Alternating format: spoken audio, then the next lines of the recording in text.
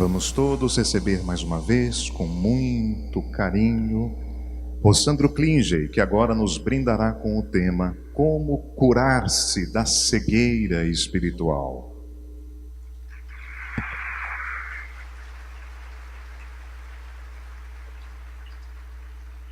Boa tarde a todos e a todas. Bem, eu comi o filhote no almoço. E eu também jantei o filhote ontem. Comi cupuaçu de meia-noite. E açaí também. Eu sei que vocês comeram, né? E aí, eu queria fazer uma rápida dinâmica para a gente acordar. Levantem, por favor, e formem duplas, um de frente para o outro. Lembre-se, não para rolar clima, é só duplas, assim, normal. Vocês vão fazer exatamente isso aqui, ó. Um vai contar. Ela faz 2. Quando eu disser 3, o que disser 3, pula. 3. Aí depois inverte. Entendeu? 3. 2. 3. 2. Mais rápido, bora? Entenderam? Dinâmica?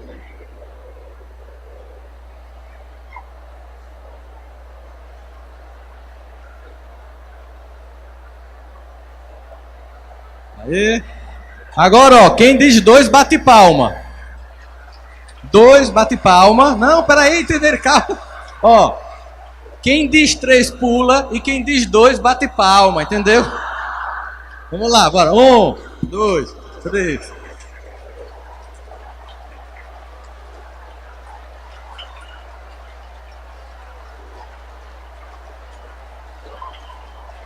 Aê, muito bem. Pode sentar. Agora sim. Muito bem. Ok.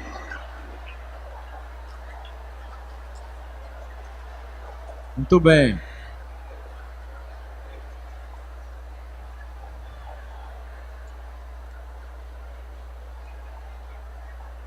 E então, vejam só.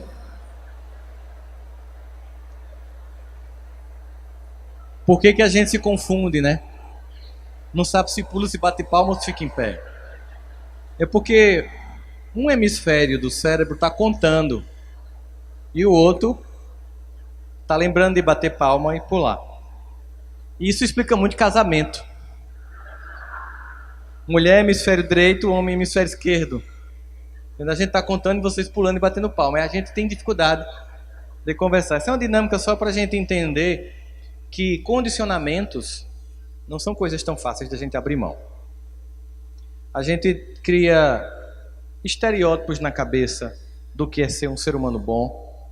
A gente cria estereótipos na cabeça do que é ser merecedor da felicidade. A gente cria estereótipos na cabeça do que seria uma reforma íntima.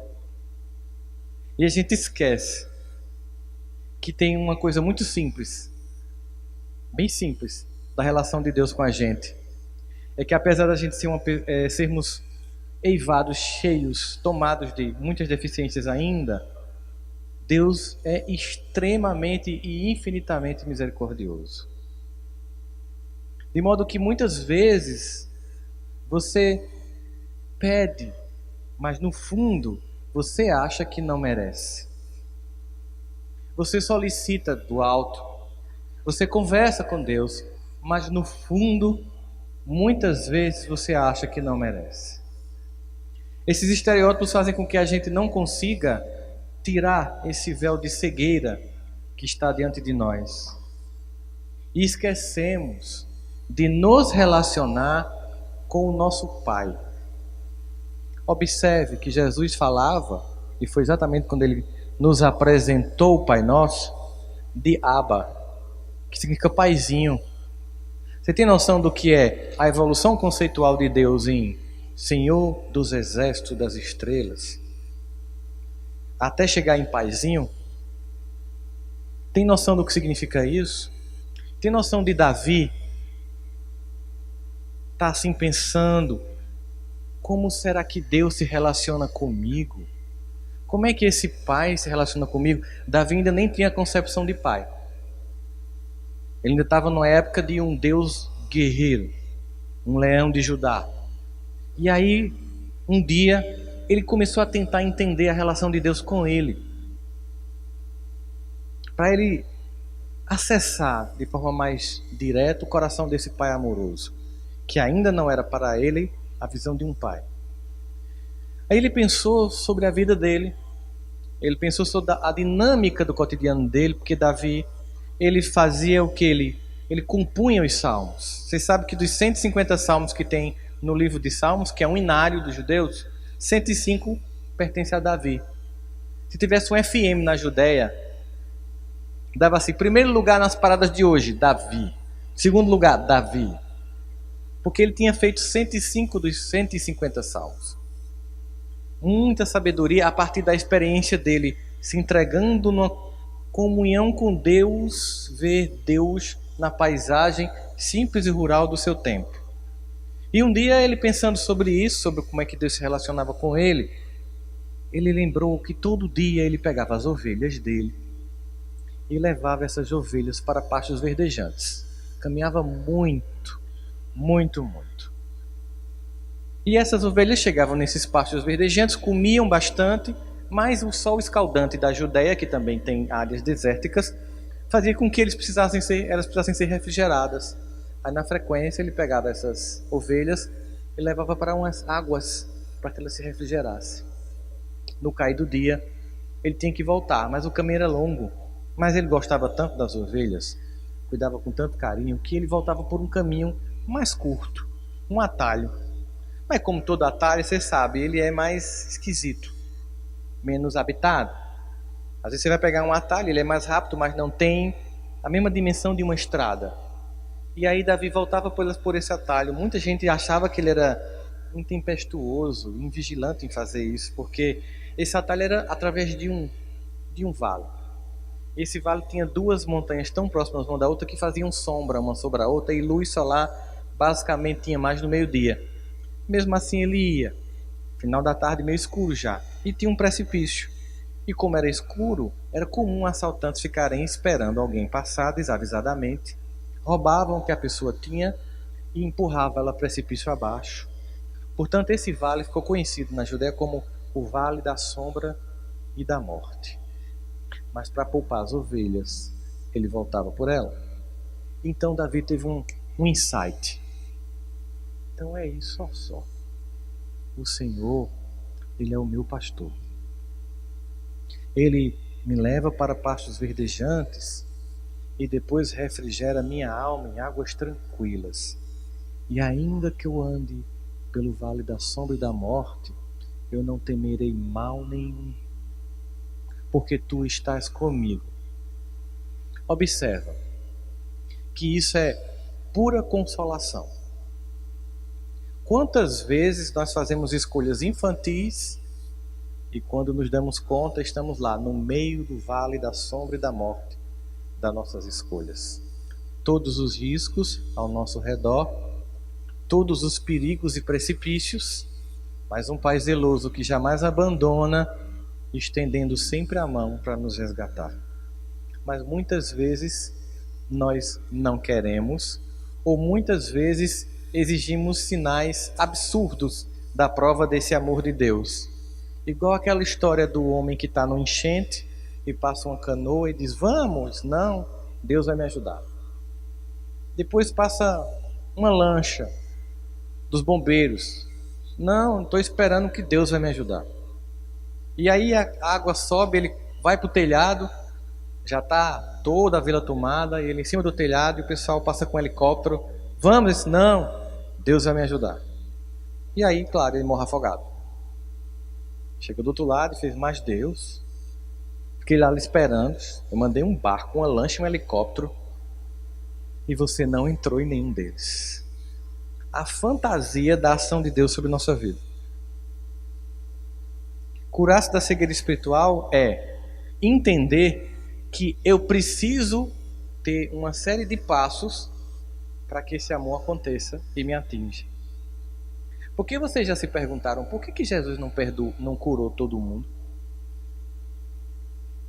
Quantas pessoas cegas, leprosas, paraplégicas, com várias doenças. Quantas pessoas chegavam perto de Jesus? Imagina. Por que ele não fez assim e curou todo mundo? Ou que movimentos que foram curados tiveram que identificou que eles conseguiram?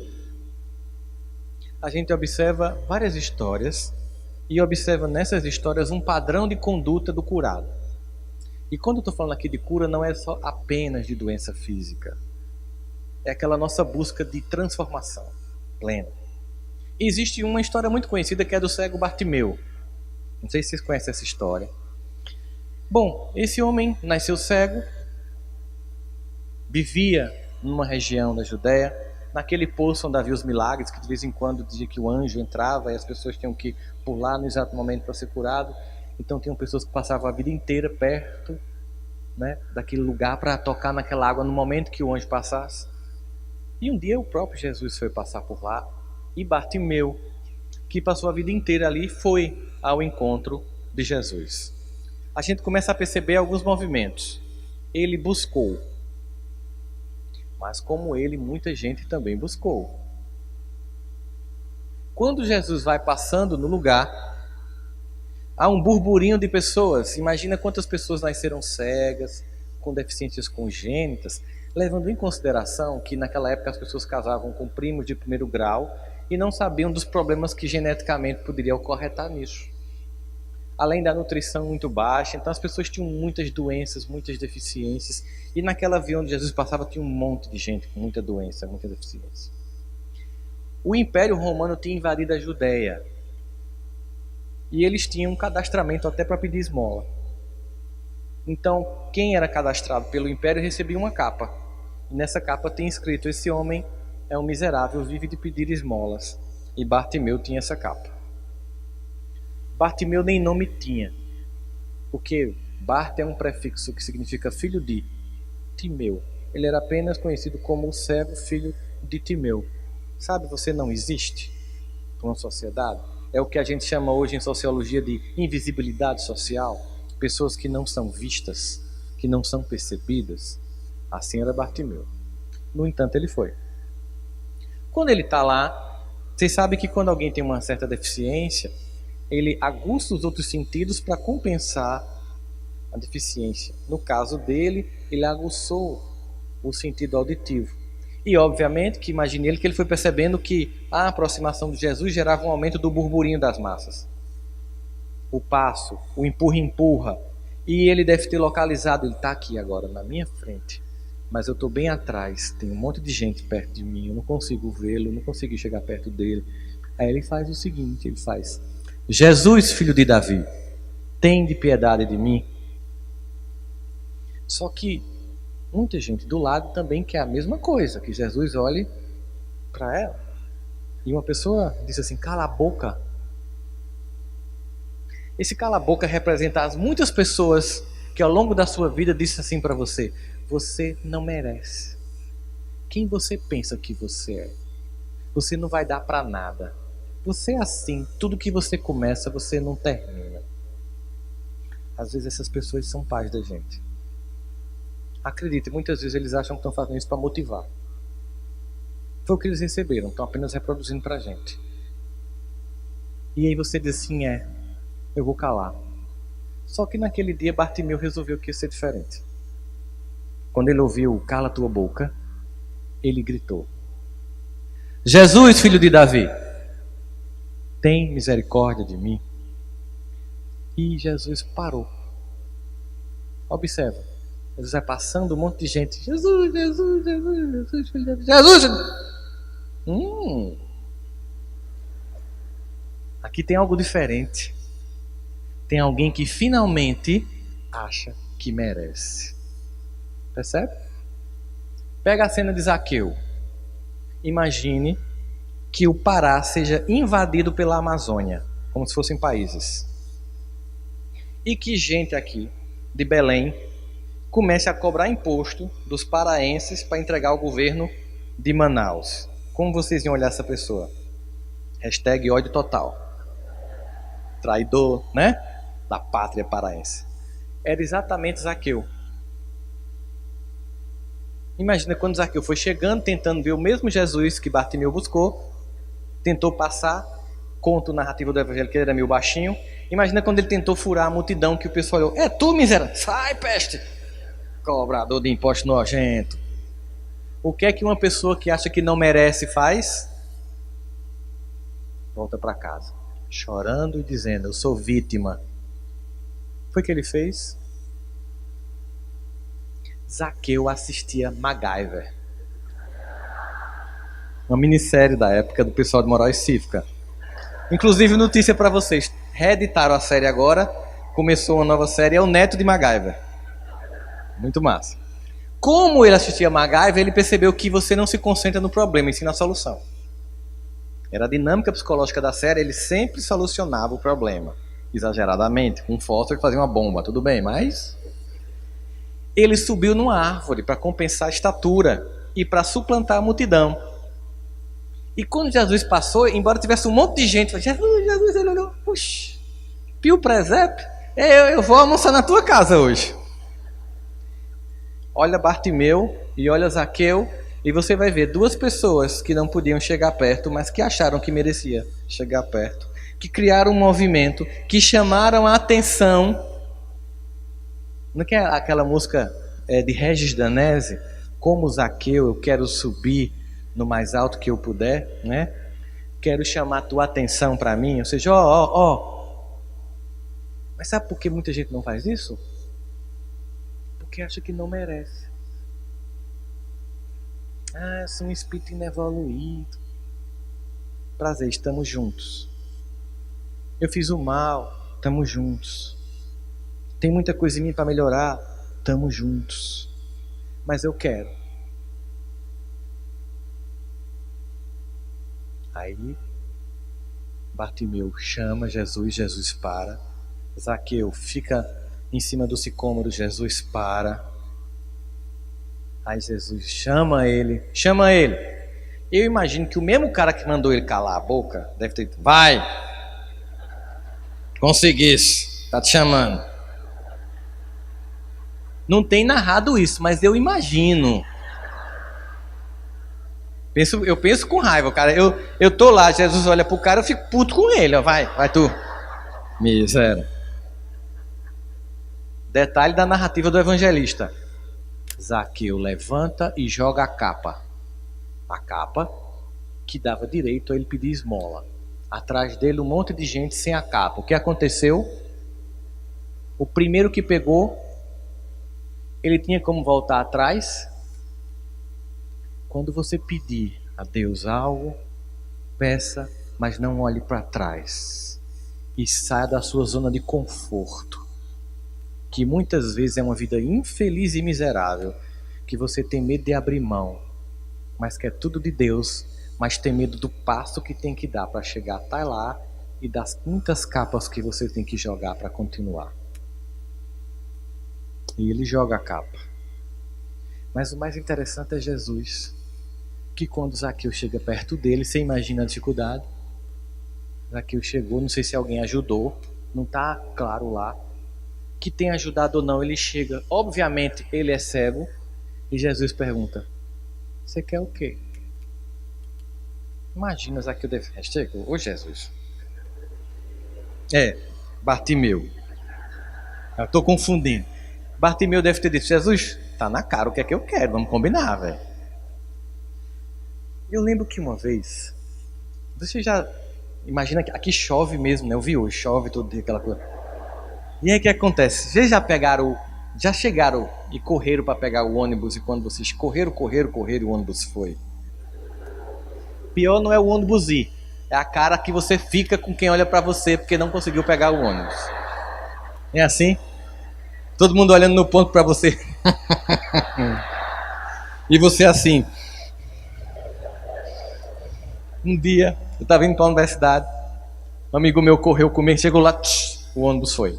E estava chovendo, que era pior, né? Aí ele ficou lá: tem nada não, Rossando, isso vai mudar um dia. Diga: eu sei, a gente está estudando, vai dar certo. Não é isso não, que eu vou ganhar na loteria. E aí, sabe o que vai acontecer? Não, vai ter um ônibus esperando só para mim aqui. Eu pensei, por que ele não pensou em comprar um carro, né? Foi que eu entendi porque Jesus perguntou a Bartimeu o que é que ele queria.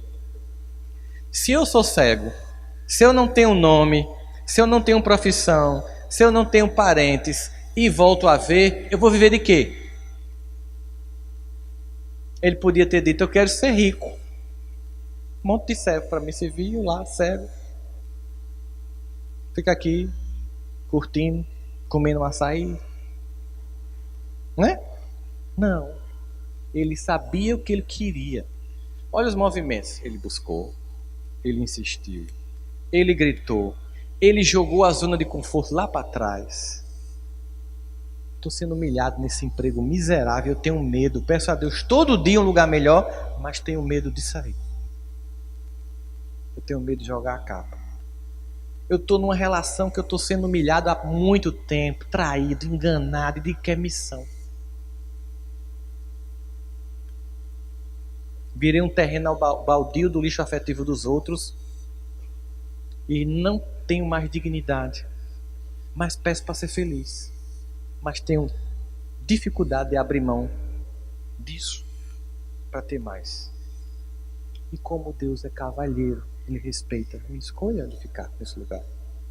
E deixa bem claro que no dia que eu quiser sair, é só gritar, é só seguir, é só largar, que mais vem. Mas é preciso ter coragem desse pequeno espaço entre a vida e a outra que eu quero, que é um hiato, que a gente chama de deserto. Aí eu preciso merecer. Mas eu acho que eu não mereço, sabe por quê? Porque toda vez que eu vou no centro espírita, que eu vejo uma palestra, eu vejo como eu sou atrasado. Já percebeu isso? Vocês já viram a descrição do Evangelho segundo o Espiritismo, o verdadeiro homem de bem? O verdadeiro homem de bem é como uma prova do Enem com 150 questões que você não marca uma. Eu li e fiz, meu Deus, eu vou para um umbral hoje. Um item você não marca. Aí eu acho que o pessoal lá fez assim, rapaz, vamos colocar o verdadeiro espírita na sequência, porque ninguém vai marcar aqui, velho. Só um ou outro gato pingado na terra. Aí o verdadeiro espírita você já fica tirando um 6, 5, dá para ir para final. Entendeu? Aí que a pessoa começa a desenvolver um sentimento de que eu sou inevoluído, eu não mereço, eu fiz o mal, o que está acontecendo é pouco, eu não vou nem pedir, eu não conheço Deus, que é um Pai misericordioso e amoroso. Eu conheço um carrasco, eu conheço um castrador, eu conheço um punidor, que eu acredito, porque no fundo, quem está fazendo isso comigo, no fundo sou eu. Eu que eu acho que não mereço, eu que eu acho que não tenho condição de merecer algo melhor. Então, se der, Jesus, se for possível, analisa aí nos arquivos, tal.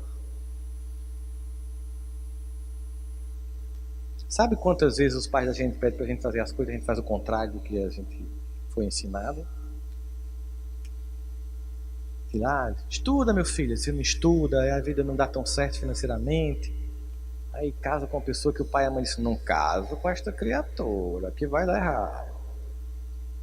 E dá errado, e a cor não é aquela cor tudinha, aí você volta para casa, o que acontece? Você é recebido. Tudo bem que eles passam na cara, eu falei para você que não ia dar certo. Mas você é recebido de volta. Você imagina Deus. Imagina Deus. Aí, mas sabe o que é, Rossana? É que a gente tem que fazer uma reforma íntima. Muito bem, vamos usar essa palavra. O que é uma reforma íntima? Se você não presta totalmente, nós não iríamos falar de reforma íntima.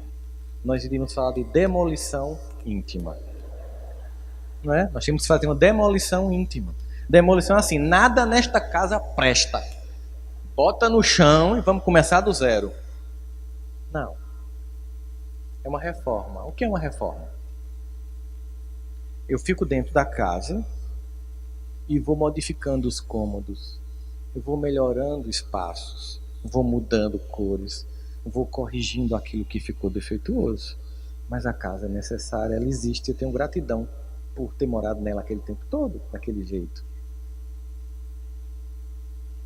Se criou uma tortura psicológica em algumas pessoas no movimento espírita que fala muito mais de uma tortura íntima do que de uma reforma íntima. E dá um sentimento de tanta invalidez, de tanta incompetência, que a gente tem medo de pedir a Deus, de gritar, de subir numa árvore e de chamar a atenção e dizer: Pai, eu quero tua ajuda. Quando você lê aqueles personagens do Evangelho, que você vê, por exemplo, aquele momento em que cai fogo do céu e a fogueira é acesa, a gente se pergunta por que não acontece isso hoje, né? É porque a gente está com um mundo tão cheio de soluções, ciência, medicina, psicologia, que primeiro a gente procura quem? Os homens. E só quando os homens dizem pra gente assim, seu caso é um caso que para a ciência está perdido, é que finalmente você faz o quê? Procura Deus. Na prece de Ismaia, eu acho que é em Missionários da Luz, não sei se você já viu essa prece, que lá na Paraíba, o presidente da Federação Espírita, ele é cantor também e tem uma banda chamada Grupo Acorde. É da minha época de juventude, e ele fez uma melodia para essa música. Ela expõe essa prece. E olha como é interessante que ela diz assim, eu vou cantar para vocês entenderem a vibração da prece que ela faz. Ele musicou assim: Ó Senhor Supremo de todos os mundos e de todos os seres, recebe, Senhor, nosso agradecimento de filhos devedores do teu amor. Dai-nos tua bênção, ampara-nos à espera, ajuda-nos no ideal, na estrada longa da vida. Aí o que ele diz? Ela diz: seja para teu coração cada dia nosso primeiro pensamento de amor, seja para tua bondade nossa alegria de viver. Pai de amor infinito, dai-nos tua mão generosa e santa, pois longo é o caminho, grande é o nosso débito, mas inesgotável é a nossa esperança. O que ele diz assim? Seja para teu coração cada dia o nosso primeiro pensamento de amor. A primeira instância a se recorrer todo dia é a Deus. O primeiro conselheiro do nosso coração deve ser Deus. O primeiro médico que nós procuramos, psicólogo, deve ser Deus. Depois, os homens. Porque toda a ciência humana é extremamente limitada, no que pese todo o avanço que aconteceu. Mas Deus é infinito nas possibilidades. Portanto, nós precisamos deixar Deus ser Deus na nossa vida e deixá-lo agir sobre uma lógica que não é compreensível para nós. Não é compreensível para nós como é que um ser tão perfeito ama pessoas tão imperfeitas como nós. Não é compreensível para nós como é que o Criador do universo sabe quem sou eu. Porque nós temos a lógica humana de imaginar, por exemplo, que o governador do estado não sabe quem é você. Mas Deus é muito mais capaz do que os poderes temporais da terra. Às vezes você imagina que no dia que você está na sua dor, lá no seu quarto, Deus está completamente alheio e ignorando a sua angústia. Às vezes é o dia do seu evangelho e você vai fazer sem um pingo de vontade, muito mais por uma obrigação que você criou, por achar que com tanta coisa no mundo, está lá Deus sabendo que eu estou aqui em Belém ou aqui no interior do Pará pedindo. Imagina. Já passaram por isso? Já passaram pelo momento em que você vê as pessoas ruins prosperarem e você com dificuldades? Já ficaram se perguntando, cadê Deus? Asaf perguntou isso. Asaf, ele era um músico. Um dia Davi visitou a cidade dele, viu ele lá e gostou e chamou Asaf, que era a tribo dos levitas, que cuidava do templo, para tocar símbolo em Jerusalém, no templo. Símbolo é prato de banda marcial. E Asaf compôs 7 salmos. Os outros filhos dele, mais 7, eles comporam 14. Depois de Davi, eles eram os melhores compositores de salmo da Judéia. E num salmo ele diz assim, o 77, né? Não quero dormir, minha alma está angustiada e não me permito consolar, porque vejo os ímpios prosperarem, enquanto eu, que sigo a tua lei, sofro. Olha a coragem dele depois de colocar isso numa música e cantar para todo mundo. Vai lá no versículo 10, ele diz, não, eu que não estou entendendo. Deus continua sendo Deus. Eu é que não estou entendendo. Aí começa a agradecer àquele Deus de Israel, aquele Deus que consolou seu povo, que libertou da escravidão. Ele começa a contabilizar todas as bênçãos. Não sei se vocês cantaram aqui uma música da Evangelização Espírita Espírita, que é uma música que fala sobre as bênçãos, né? Diz assim, deixa eu ver se eu me lembro dela. Se sinto a dor tentando desabar a beleza que há e já habita em mim. Se sinto que a treva tenta me anuviar, querendo me mostrar que a dor não tem fim. Olha a mudança psicológica. Tento logo recontar todas as bênçãos que há pelos olhos de alguém ou no aconchego do lar. Canto pela vida, pelo que tenho e virá, apesar das feridas, tenho tanto para amar. Ou seja, as angústias, às vezes, são necessárias para o crescimento, mas eu não preciso passar uma vida em sofrimento para crescer. Eu posso pedir a meu Pai que me socorra. Eu posso não só pedir, eu posso ter certeza que se eu achar que mereço, Ele me socorre. Porque antes da gente fazer o primeiro grito de socorro, Deus já conhecia as nossas dores. Um dia eu fui fazer o evangelho no lar e estava #revolta total. E era o evangelho. Abri o livro de Emmanuel, Pão Nosso, tá? A mensagem cai para você, né? Quando você está revoltado, você entende nada. Você está fechado. Você não quer, sabe? Estava igual a Asaf. Não quero ser consolado. Teme não dormir. Fiz aquele evangelho lá, tal. Tomei a aguinha. E fui pedir uma pizza. Peguei meu telefone. O telefone tem endereço IP. Computador e tablet também. Que é tipo uma identidade. Que só esse telefone no mundo tem. Ao mesmo tempo, nossos telefones estão conectados a uma coisa chamada GPS, Global Position System, Sistema de Posicionamento Global, seja pelo 3G ou pelo Wi-Fi. E quando eu fiz assim, pizza, ele colocou todas as pizzarias da minha cidade, disse a mais próxima e perguntou, quer ligar? Google, pizza. Eu nem disse que era em Campina Grande. Ele localizou pelo meu GPS e pelo endereço IP.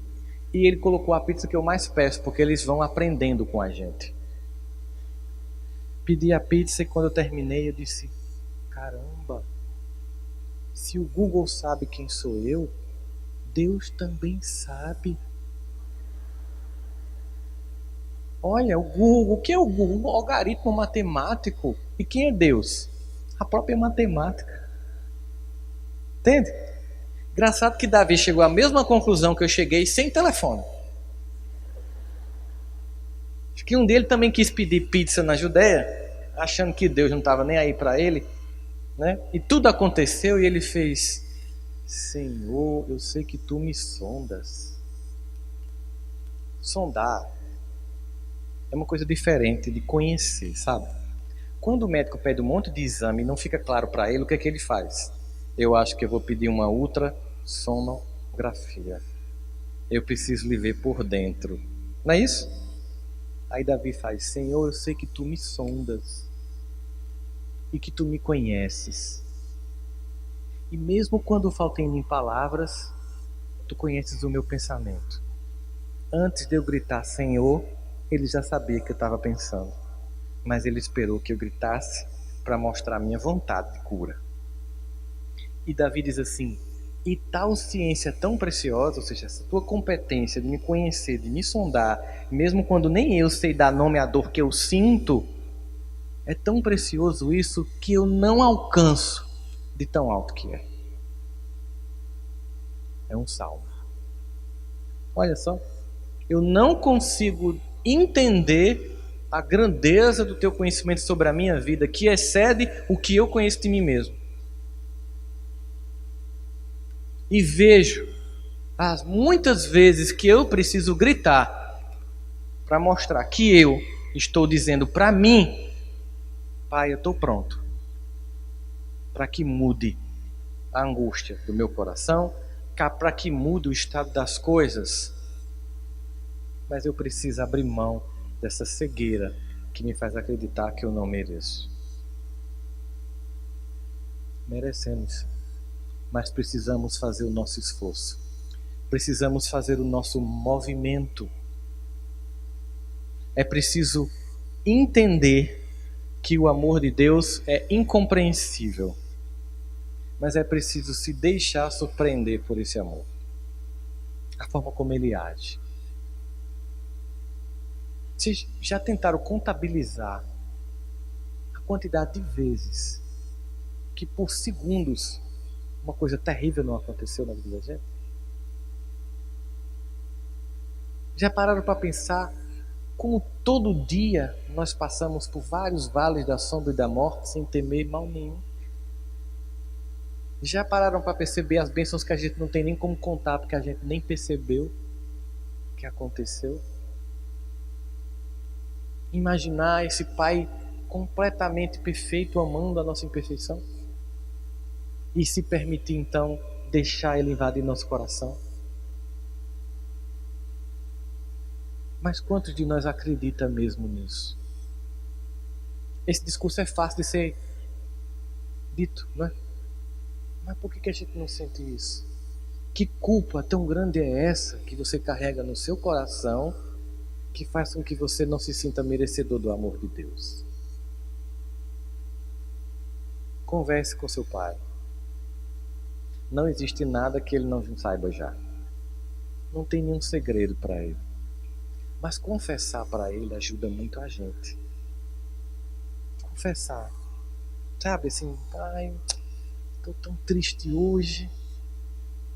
Todo mundo passou no concurso, menos eu.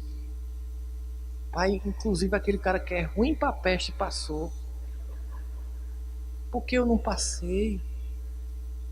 É um sentimento justo. Certamente Deus vai ficar dizendo: é porque ele estudou mais que você. E o sol nasce para todos, não é? Então, continue fazendo seu esforço. Conta da tua angústia, do teu medo. Eu me sinto pequeno, eu me sinto feio, eu me sinto burro, eu acho que ninguém quer. Não consigo ficar com ninguém, estou só. Conversa com o pai. Eu não consigo mais suportar aquela pessoa, já pensei em matar várias vezes. Você sabe, estou sendo sincero, o que é que eu faço? Eu já pensei em desistir da vida. Eu já acreditei, ou muitas vezes passa no pensamento assim que é tão doloroso estar aqui que eu queria ir embora. Conversa com teu pai. Me ajuda. Grita. Fala. Não fica parado esperando as coisas acontecerem. É preciso um movimento interno para que Jesus pare, ouça e diga: vem, eu quero falar com você. É preciso insistência. É preciso repetição. É preciso acreditar que merece. Porque milagre é exatamente quando os recursos materiais cessam e Deus se manifesta. Mas eu posso começar minha consulta médica com Deus. Eu posso começar minha terapia com Deus. Eu posso conversar com o Pai sem achar que Ele está olhando para mim no meu quarto. Coisa feia, hein? Que Deus é esse que foi apresentado a você que não é misericórdia? Que Deus é esse que você acredita que não é amor infinito? Que Deus é esse que você acha que só ama você se você for espírito evoluído? Ele nos criou assim. Ele sabe do nosso esforço. Como diz Caetano Veloso, cada um de nós sabe a delícia e a dor de ser quem é. Cada um de nós sabe o que já aguentou e suportou. Cada um de nós sabe o que já ultrapassou. Cada um de nós sabe o que está passando hoje. Eu sei que tem gente aqui que deve estar aqui ou nos assistindo pela internet que já pensou, tentou se matar várias vezes. Porque perdeu a esperança em todos. Só tem uma salvação nesse caso. É depositar suas esperanças no único ser que não falha, que não trai, que não engana, que promete, mas não cumpre. Quando deixarmos de depositar as esperanças em nós mesmos, apenas nos nossos recursos e nos outros, mas depositarmos nele, a gente apazigua. A manifestação material desse amor, Jesus dizia para a gente: vinde a mim, vós que estáis cansados, que eu vos aliviarei. Quantas conquistas nós já tivemos, né? Da descoberta da lâmpada elétrica para cá, quanta tecnologia nós humanos inventamos? Satélites, Wi-Fi, internet, smartphones, touchscreen, nanotecnologia, robótica, inteligência artificial, pisamos na Lua, estamos planejando uma viagem para Marte. A gente pode conhecer até os universos paralelos no futuro, mas nada vai ser mais espetacular do que o dia em que Deus materializou o seu amor na Terra com a presença de Jesus. O passo mais espetacular não foi quando a gente saiu daqui para lá, é quando Deus veio de lá para cá. Para dar uma notícia, chamada Boa Nova, que é o significado da palavra Evangelho, uma boa notícia. Deus é bom, Deus é justo, Deus é fiel. Olha o Salmo 100. Salmo 100 é de um autor desconhecido. Diz assim: celebrai com júbilo ao Senhor todos os moradores da terra. Servi a Deus com alegria e se apresente a Ele diante dele cantando. Você pode até perguntar: por que tudo isso? O salmista simplesmente resume e diz assim: porque Deus é bom. E a sua bondade é eterna e a fidelidade idem, dura a vida toda. Então eu preciso chegar dentro de mim, conversar com o meu Pai e entregar a Ele a minha angústia. Eu sei que você pode. Tenho uma profunda admiração por seres luminares que contribuíram e que contribuem com o desenvolvimento desta mensagem do cristianismo redivivo. E você pode pedir para eles, como eu falei na minha resposta aqui hoje de manhã. Mas acredite, pode falar direto com o Pai. Não existe burocracia no céu. Eu não tenho que mandar recado. Eu não tenho que pedir os outros. Eu tenho um Pai, que é meu Pai, que é o Pai de todos. Eu posso falar diretamente com Ele. E claro, para me atender, ele vai usar todos os anjos do universo que ele criou para chegar até meu coração. Nós precisamos aprender, como diz lá na prece de Ismalha, todo dia a conversar com Deus. Nós precisamos aprender a desenvolver com Deus uma palavra que a gente aprende nos casamentos, na vida em família, que é intimidade. O que é ter intimidade com alguém? Por exemplo, Eulália é uma pessoa que eu conheço há pouco tempo, mas amo de muitas vidas. Ela foi na minha casa. Eu me senti recebendo uma irmã. Espero que ela tenha sentido à vontade. Abriu a geladeira sem pedir permissão. É assim que funciona. Por quê? Porque você faz isso comigo? Porque você tem intimidade. A gente está num evento, olha para mim, eu faço... Porque eu entendi o que ela mandou. Porque a gente tem intimidade. Agora veja só. Mesmo assim, o que eu conheço de Eulália e ela de mim é pouco. E o que eu conheço de mim, o que ela conhece dela é pouco. E Deus me conhece totalmente. Então imagina o que é desenvolver com Deus intimidade. Imagina o que é amanhecer o dia e dizer assim: pai, está uma crise danada, eu vou de novo procurar um emprego. Desta vez eu quero que a minha apresentação curricular seja você. Vá comigo. Abra as portas. Não deixa eu me sentir menor porque eu não tenho tal habilidade. Não deixa eu me sentir mais fraco porque eu chego num ambiente e tem gente mais bem vestida do que eu. Porque eu não posso me sentir maior que ninguém, mas não devo me sentir menor que ninguém. Então vai lá, apresenta meu currículo. Eu estou precisando ir no médico. Ele pode estar distraído, ele pode estar agoniado, ele pode estar preocupado com algum problema. Então, por favor, pai, vai lá e usa ele e ser tu primeiro o médico que vai me atender. Eu vou fazer uma cirurgia. Pai, usa as mãos dos teus filhos que treinaram para isso, para que tudo ocorra bem.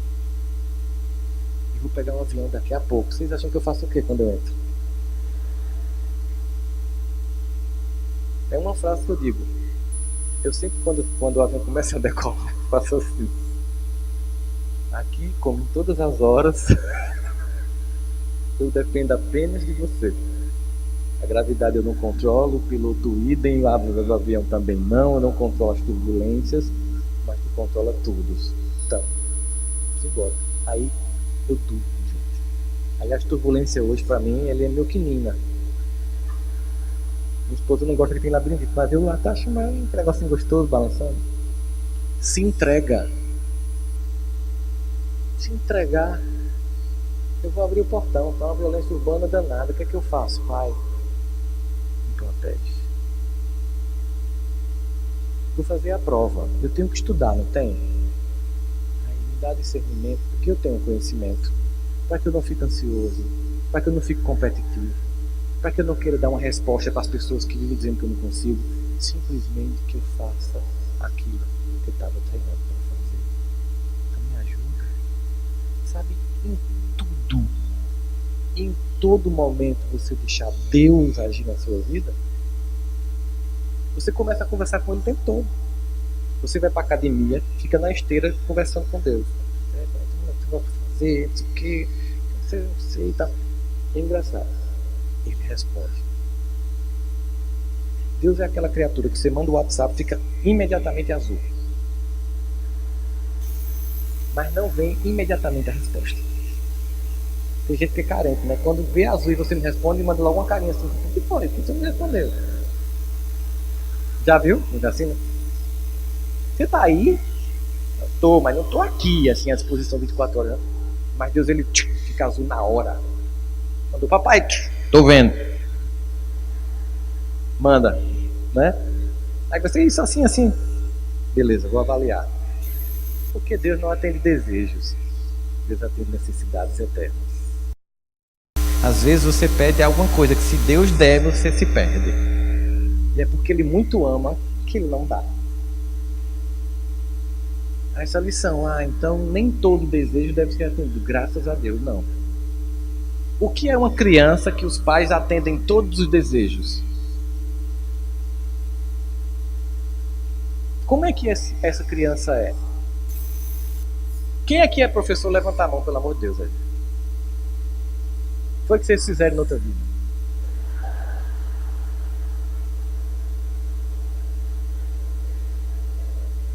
Eu dei aula há muito tempo. Eu cheguei a uma conclusão.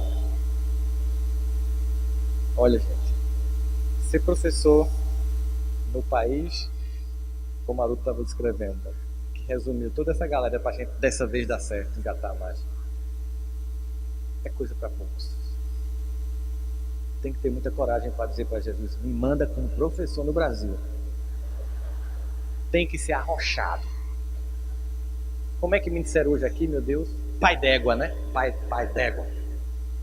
Tem que ser assim, sabe? Filho, que eu vou lá, vou ganhar pouco, não vou ser reconhecido, mas vou insistir em educar almas. É coisa para pouco. Parabéns. Deus ilumine vocês ricamente nessa tarefa, nessa missão. Ricamente.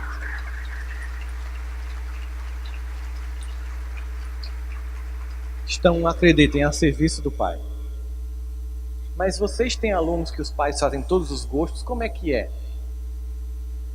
Aquela criança que nunca ouviu não, que diz o que quer, que faz o que quer, que chega na sua casa para visitar e sai quebrando tudo. Você olha para o pai e para a mãe, sabe se eles reagem antes que você arremesse lá fora a criança.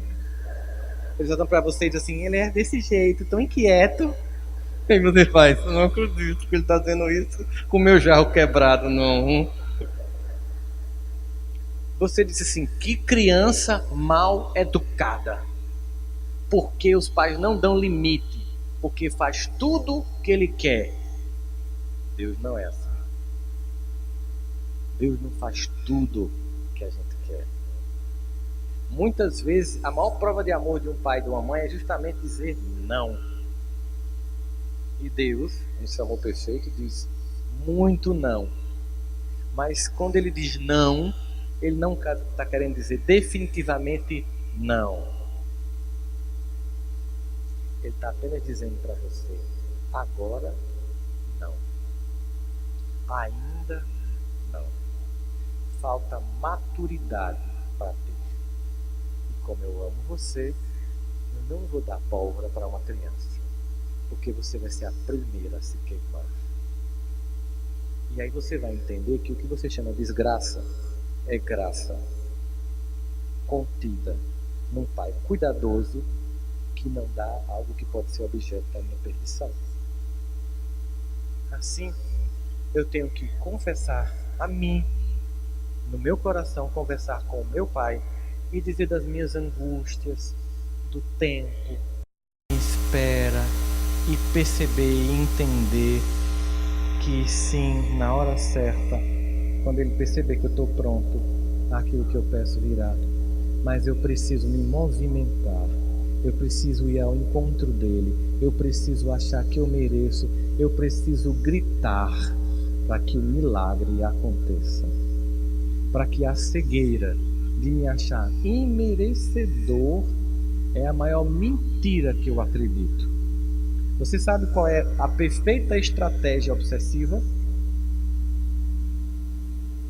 É quando lhe levaram a se convencer de que você não merece ser feliz. E aí, acredite, o obsessor vai para o Caribe tirar férias, porque você está fazendo o trabalho dele com mais competência do que ele mesmo. Você desenvolveu um esquema psicológico de ideia fixa de que você não merece ser feliz, de que não adianta pedir a Deus, que é melhor aceitar como tal, desistir da vida. É a perfeita estratégia de obsessão. É quando eu coloquei dentro de você o germe da autodestruição. E o discurso de Deus é o oposto a isso. É mais ou menos como naquela música que fez sucesso. É como se o mundo dissesse assim: você não vale nada. Mas Deus dissesse: mas eu gosto de você. Aí você fica: o mundo diz que eu não valho nada, eu acredito que eu não valho nada, mas Deus, que é perfeito, gosta de mim. Quem é que eu vou escutar? É a decisão existencial. Eu vou escutar quem? Um mundo doente, minha alma doente, ou um Deus perfeito e amoroso? Eu vou escutar quem? Desiste, se mata. Ah, infeliz, ninguém vai sentir tua falta, não. Como? Como não vai sentir a minha falta? Porque se Deus me criou, porque Ele queria a minha presença. Só o fato de Deus ter me criado, mesmo que todos me abandonem, é muito ruim isso. Eu tenho que conversar, essa decisão quem toma é quem me fez. Quando Ele quiser, eu volto. Enquanto isso, na sala de justiça, é porque Alberto só tinha geração moral, você fica aqui, eu estou indo. Enquanto isso, eu insisto. Mesmo que tenha dia que eu acho que eu precisava desistir, eu vou insistir. Eu vou ficar, nem que seja para apurrinhar quem disse que eu devia ir embora. E a minha grande vingança contra todos que disseram que eu não merecia ser feliz e que não ia conseguir, é conseguir e não passar na cara e um dia poder ajudar quem um dia me empurrou. Um dia poder erguer sem orgulho, sem vaidade, com carinho aquele que me derrubou. Ser a minha vida a maior prova da manifestação do poder que Deus tem de transformar uma existência. Ser aquela pessoa que ninguém acredita, mas provar que quando Deus quer, é impossível o que o homem diga que não é possível. Tudo acontece. Portanto, eu não vou mais ouvir o mundo.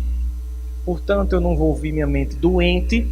Eu vou ouvir aquele que me criou e dizer: me ajuda a insistir, a continuar. Por enquanto, eu acho que eu nem consigo. Mas igual naquela grande poesia de autor desconhecido, Pegadas na Areia, que muitos de vocês conhecem, eu estou naquele dia, Pai, em que eu preciso ser carregado nos braços até a praia. Então me sustenta.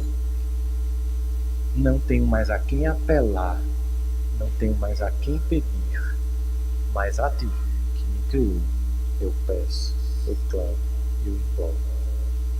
Contigo conversarei todos os dias.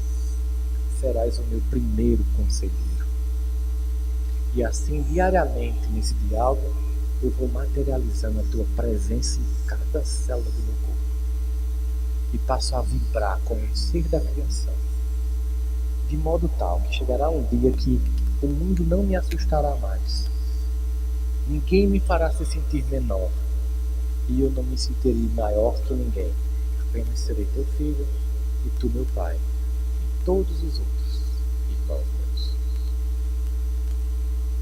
Eu queria terminar de modo a gente fazer uma rápida visualização. A gente vai fechar os olhos. E você vai fazer uma coisa. Você vai tentar fazer uma coisa. Você vai tentar apenas pensar que só quem está aqui é você e Deus. E que Ele vai olhar para você como um pai olha para um bebê recém-nascido, com toda a vulnerabilidade, completamente entregue. Nada Ele consegue sem a presença desses pais. E nessa entrega, de coração aberto, você começa a dizer assim: sabe, meu Pai, Tu me conheces tanto, Tu conheces as minhas sombras, os meus segredos, as minhas incoerências, as minhas imperfeições. Tu conheces aquilo que eu faço que eu não quero que ninguém saiba porque eu tenho vergonha. Às vezes eu penso que só eu sou assim. Mas no fundo, Pai, eu sei que eu não sou o único. Somos todos assim. E desde aquele dia que Teu Filho disse: aquele que nunca tiver pecado para ter a primeira pedra, ficou claro para mim de que somos todos caídos, mas Tu tem capacidade de nos erguer. Portanto, Paizinho, sonda meu coração aqui agora, vê as minhas angústias, ouve as minhas dores, sente-me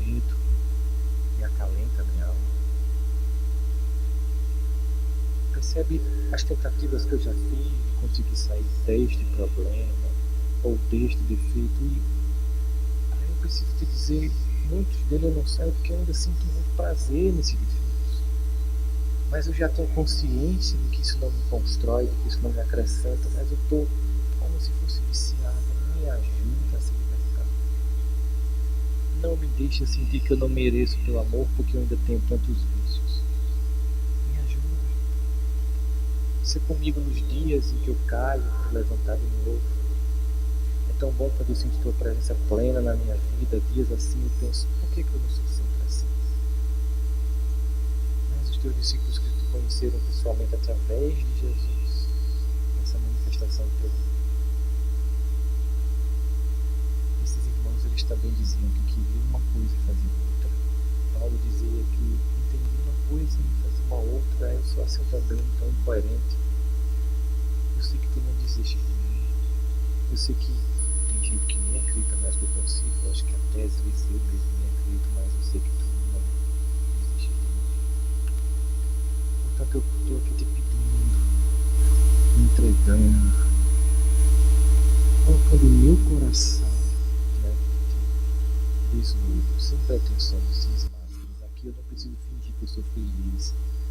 Aqui eu não estou dando uma foto para colocar na rede social. Estou dentro do meu Pai que me conhece plenamente. Que eu não desista de mim, porque tu não desiste de mim. Me ajuda a ficar. Me ajuda a provar para mim mesmo que eu sou capaz. Me ajuda a ter paciência. Porque não é somente porque eu tenho consciência que amanhã eu modificarei meu comportamento. Um dia eu consigo, dois não, e assim, em algum momento, a minha capacidade de conseguir mudar é maior do que a minha resistência à mudança.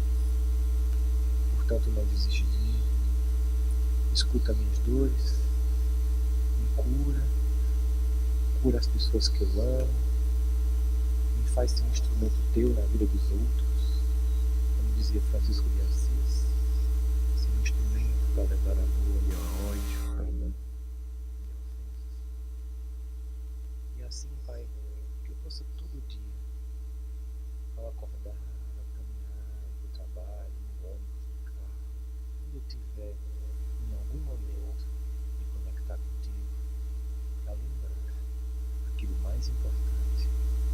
Eu não sou um ser humano que, quando conversa contigo, tem experiências espirituais. Eu sou um Espírito eterno, criado por ti, e uma experiência humana. E essa consciência é que me dá a certeza de que, criado por ti e sendo teu filho, eu não quero nunca mais me desconectar do teu coração. Se comigo, Pai. Se comigo hoje, agora e sempre. Que assim seja. Meus irmãos, queria agradecer a vocês, agradecer ao convite feito pela Federação e que a gente pudesse olhar tudo que aconteceu aqui e ainda vai acontecer como um grande presente. Esses eventos são feitos em vários lugares do mundo, congressos como esse. E muitas vezes as pessoas acham que é injusto ter preço de inscrição, né? Pessoas que dão 200, 300 reais numa camisa que tem uma marquinha ficam incomodadas em pagar uma inscrição de um congresso que tem um custo. Às vezes dizem que, e os que não podem pagar? É exatamente isso que nós estamos fazendo. Bancando um congresso para ser transmitido gratuitamente na internet. Essa é a sua colaboração. Porque acredito que tem muito mais pessoas ouvindo essas palestras pela internet do que fisicamente aqui presente. Eu já cheguei a fazer uma palestra com o Décio, numa cidade chamada Atlanta, nos Estados Unidos, na Geórgia, para 80 pessoas e estava sendo transmitida para 75 mil pessoas. Assim, todos os eventos precisam de custos.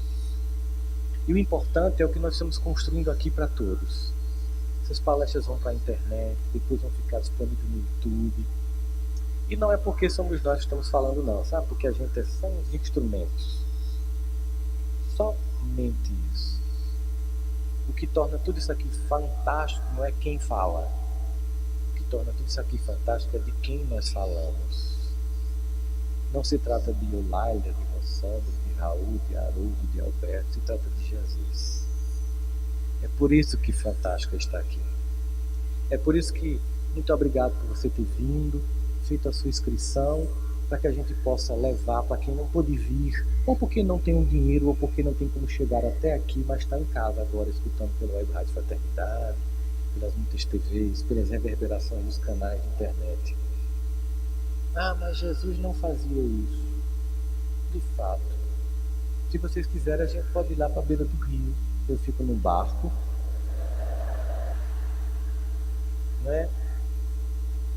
Só que como eu não tenho a vibração grandiosa do Cristo, acredite, só quem vai escutar minha voz são os primeiros 5 que estão na beira do rio.